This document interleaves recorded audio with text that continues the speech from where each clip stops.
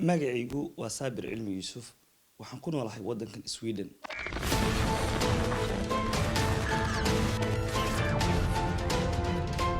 waa fariin caafimaad ee kugu tala gashay madasha samawadaag. si joogto ah gacmahaaga ugu dhaq biyo saabuun markaste. afkaada ku xiro maaske ama afxir markastoo aad bannaanka joogto. gacanta ha ku salaamin qofne isticmaal assalaamu calaykum. haddii aad isku aragto qandho qufac iyo kor xanuun fadlan gurigaada joog oo la xiriir laamaha caafimaadka. kala sikada 2 tilaabo ama 2 tilaabo markii aad isla joogtaan adiga iyo asxaabtaada si loo yareeyo faafidda cudurkan. ha qabanin kulamo ama isku imaansho aanan muhiim ahayn sida aroosyada xafladaha iyo maalmaha qaaska ah sida maalmaha dhalinyarada haweenka iyo wax la midka fadlan badbaadi dhammaan inta kugu hareeraysan ee u baahan inay badbaadaan una nugul caabuqa coronavirus. waxaan ugu batay cudurkii corona ahaa dalka iyo halkan aan joogno iyo waliba dalkii hooyo waxa soo baxay nooc cusub oo runtii aad u faafa oo sida dadku ay sheegayaan khubarada ah inuu dilaayahay. walaalayaal waxaan oran lahaa haddii kulamadiinu aysan ahayn mid muhiim ah oo macnaha ay wax laga kaaftoomi karo uu yahay fadlan gurihiina jooga telefoonada ku hadla maxaa la yiraahdaa FaceTime ku hadla video call ku hadla waxa doontaan ku hadlo sheekaysta laakiin waxa wanaagsan inaad gurihiina aad joogtaan. hadday dhacdo oo idinku qasab noqoto inaad bulshada soo dhex gashaan ama aad isu timaadaan fadlan kala fogaada muxuu ahaa maaskiga afkaana xirta.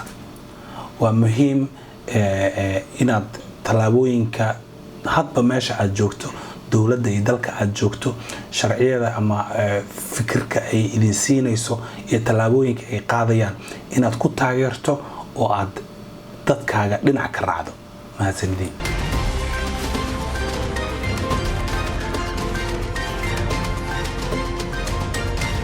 jaalidaha ama ururada xarumahooda waxaan ku dhiirinayaa ama aan kula dardaarmaynaa inay xoojiyaan fariimaha ka imaanaya hay-adaha caafimaadka iyadoo laga taxadirayo tirooyinka loogu talagalay inay yimaadaan xarumaha iyo inay ka kaaftoomno haddaana ummadda Soomaaliyeed gaar ahaan xafladaha aan ahayn xaflada sax ah ama aan laga maarmi karo inay la qabto maadaama uu tirooyinka la yareeyay isku soo baxa dadka. marka saas darteed waxaa ku jirta danteena ku jirto wadanteena yaanan dadkeena iyo ehelada u geeynin cudurkan waa cudur baahaya aanan la ogeyn goorta ku qabanayo iyo goorta aad gudbin kartid. marka saas darteed waxaan codsanaynaa ama dadka aan ku dhiirigelinaynaa inay ka taxadiraan isku soo baxa iyo meelaha ay imaanayaan.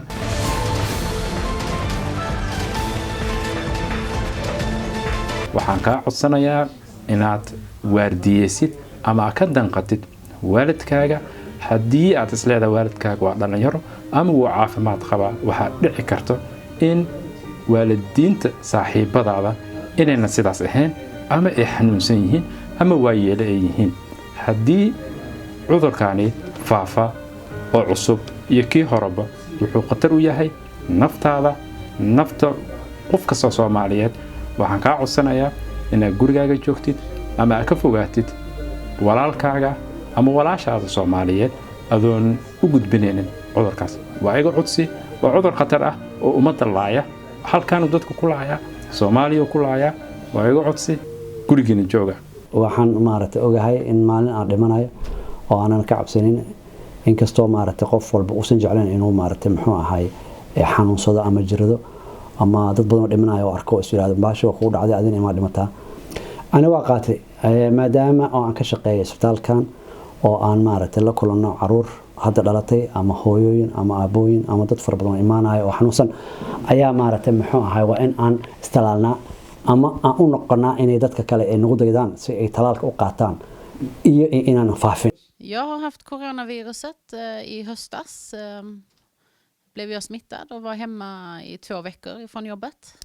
Vaccinationerna kommer ju hjälpa till på det sättet att man antingen inte blir smittad alls eller att om man blir smittad så blir man mindre sjuk.